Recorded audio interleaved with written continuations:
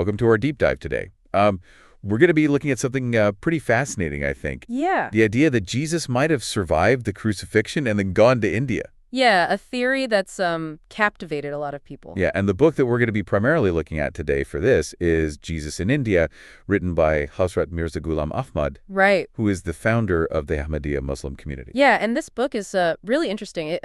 It kind of goes into a lot of different sources like historical records and biblical analysis. Okay. Even medical texts to argue that Jesus may have lived a long life and died in Srinagar, Kashmir. Wow. Okay, so that's a lot to unpack. I have to admit, the idea of Jesus surviving the crucifixion is a bit mind-blowing. Where do we even begin to unpack this? Well, I mean, first of all, we have to challenge this assumption that crucifixion was always fatal. Right. You know, in those times, the methods weren't so standardized. Okay. And somebody with powerful friends could very well have survived. So are we saying that somebody intervened and helped Jesus survive? Well, the book points to a few intriguing details in the Gospels. Okay. For example, the Gospel of John, chapter 19, verses 38 to 42. Okay. It mentions Joseph of Arimathea taking custody of Jesus' body. Right. And he was a wealthy member of the Sanhedrin. So he had some power. Exactly. He had the authority, potentially, to intervene. Okay. And then there's another detail in Mark chapter 15, verse 33. Okay. And it talks about this dust storm and the urgency to remove bodies from the crosses before the Sabbath. Right. So that could have provided cover for somebody to take Jesus down while he was still alive. Okay, I'm starting to see how survival might have been possible. But even if he did survive, why India?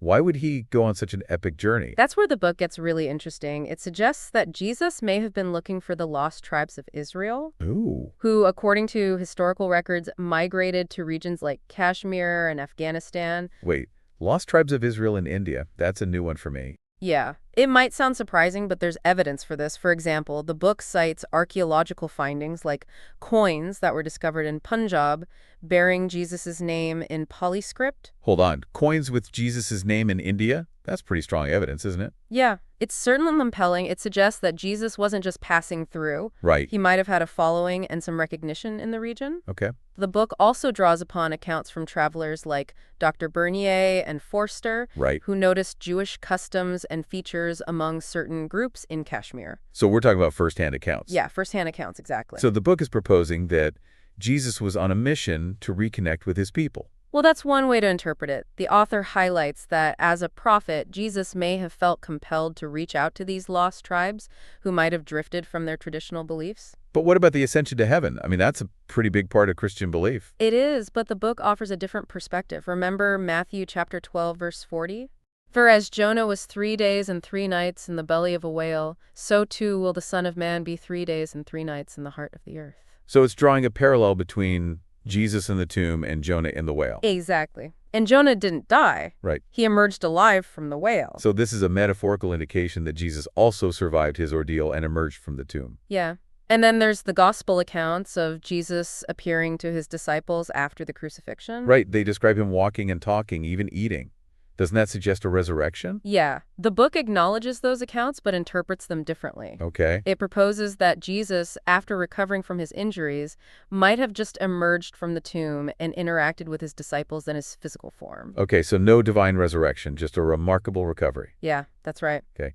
That's a big shift in perspective. It is, and this ties into the journey to India. After the crucifixion, Jesus mentions going to Galilee, which was a significant distance requiring travel on foot. This wouldn't have been possible without a physical body. So instead of ascending to heaven, he just embarked on a journey eastward. Exactly. And it wasn't just a physical journey either. Okay. The book points to similarities between Jesus' teachings and those of Buddha. Right. They both emphasize compassion, nonviolence, and forgiveness. Like turning the other cheek. Exactly. There's even a Buddhist prophecy about a Metteyya, which means Messiah. Oh, wow. Who would come 500 years after Buddha with a similar message. Some Buddhist texts even refer to a figure named Rahuta, which is potentially a variation of Ruhula, which is a title of Jesus. Wow. That's getting really intriguing, a connection between Jesus and Buddhist thought. This is really adding another layer to this whole thing. It does, and it raises questions about the potential for these two seemingly disparate faiths to have cross-pollinated each other. My mind is blown, and we've barely scratched the surface here. What else does this book present as evidence? Well, we haven't even touched on the historical evidence linking Afghans and Kashmiris to the lost tribes of Israel. Okay, I'm hooked. Let's delve deeper into those historical connections. So let's explore those historical connections. Jesus in India goes really deep into the regional history. Okay. Citing works like The Races of Afghanistan and accounts from travelers like Dr. Bernier and Forster who observed Jewish customs and even physical traits among certain groups in that region. So we're talking about actual documented observations from people who were there, not just speculation. Exactly. The book highlights groups like the people of Khoistan who have identified as Beni Israel for centuries. And there's also a tribe in the Hazara district with similar claims. Wow. Even the inhabitants of that mountain range between Chilis and Kabul identified as Israelites. So that's fascinating. It sounds like there was a pretty significant Jewish presence there.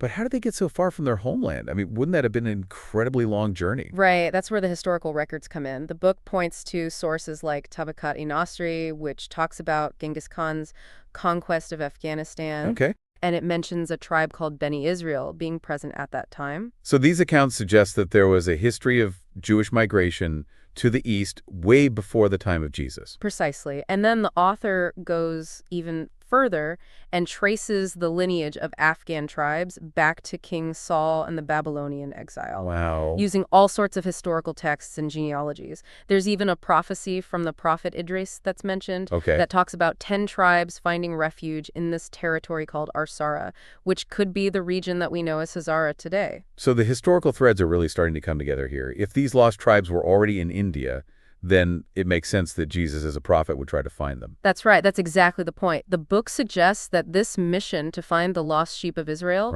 was one of the driving forces behind his journey to the east. So he wasn't simply just fleeing persecution. Exactly. I imagine such a journey would have been incredibly difficult back then.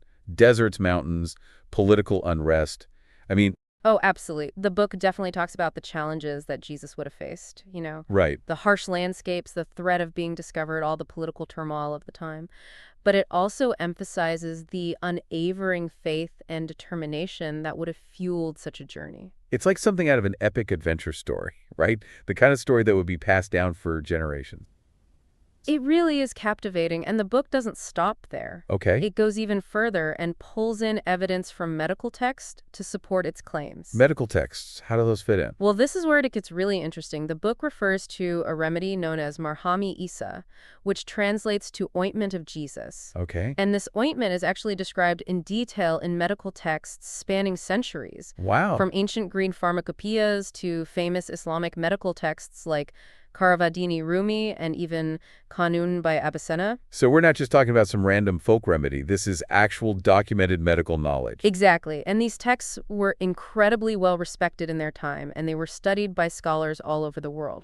Right. So the author points out that the very existence of this ointment of Jesus supports the idea that he survived the crucifixion and needed treatment for his wounds. Why else would this specific remedy named after him exist? It's like a little clue hidden in history suggesting a totally different version of events. Exactly. This medical evidence combined with all the historical accounts, the biblical analysis, and these parallels with Eastern spirituality, it all builds this layered argument for a much more nuanced understanding of Jesus' life. It's incredible to think that a figure so central to Western religion as Jesus might have actually walked those paths in India. It really does challenge our understanding of history and faith. That's the power of exploring these alternative narratives, right? They make us question everything we thought we knew. It's exactly. And they open our minds up to completely new possibilities. That's right. Jesus in India goes even deeper and examines the connections between Jesus' teachings and Eastern spirituality. Okay. Let's dive into those connections. How could these seemingly different worlds possibly intersect? I'm still trying to wrap my head around all this evidence. It's amazing how Jesus in India ties together all these historical accounts and biblical analysis and even medical texts. Yeah. It builds a very strong argument. It does, and it really makes you think, why this theory isn't more well known. Yeah. Why hasn't it gotten more attention? Is it just too out there, too challenging to what people already believe? That's a really good question. I mean, I can imagine it would be hard for people to rethink their religious beliefs. Right. But even the book acknowledges that some of the evidence is open to different interpretations. There's room for different perspectives. Exactly. It's not about just blindly accepting everything the author says. It's about really thinking about the ideas and considering different possibilities. So you're saying the book encourages critical thinking? Absolutely. Instead of blind faith? The author doesn't claim to have all the answers, but he makes a really strong case for looking at things from a different perspective. Right.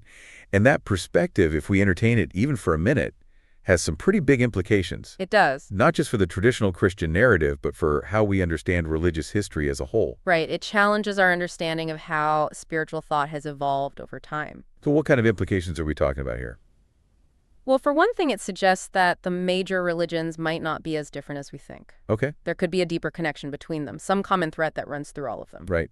You mentioned earlier that both Jesus and Buddha taught compassion, nonviolence, and forgiveness. Exactly. Are there other similarities? Oh, yeah. There are, for example, the concept of turning the other cheek is central to Jesus's teachings. Right. Well, that finds a parallel in Buddhist ideas of non-retaliation and overcoming anger with loving kindness. So both traditions encourage responding to aggression with compassion. Exactly. And then you have the focus on detaching yourself from material possessions. Right.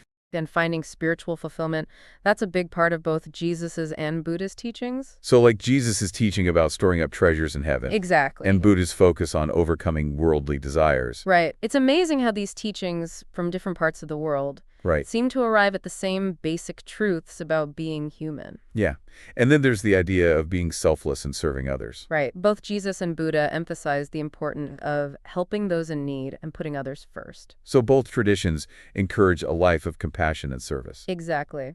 And this brings us back to the main point of Jesus in India. The author is suggesting that Jesus' journey to the East wasn't just a physical journey. Right. It was a symbolic one. It represents how universal his message really is. Right. A message that goes beyond culture and geography. Exactly. Wow. It's like a hidden history just waiting to be discovered. A story that could connect East and West. That's a great way to put it. And the book really makes you want to learn more. What other secrets are hidden in history? What other stories could change how we see the world? It reminds us that there's always more to learn. Always. That what we know is always changing. This has been a truly eye-opening deep dive.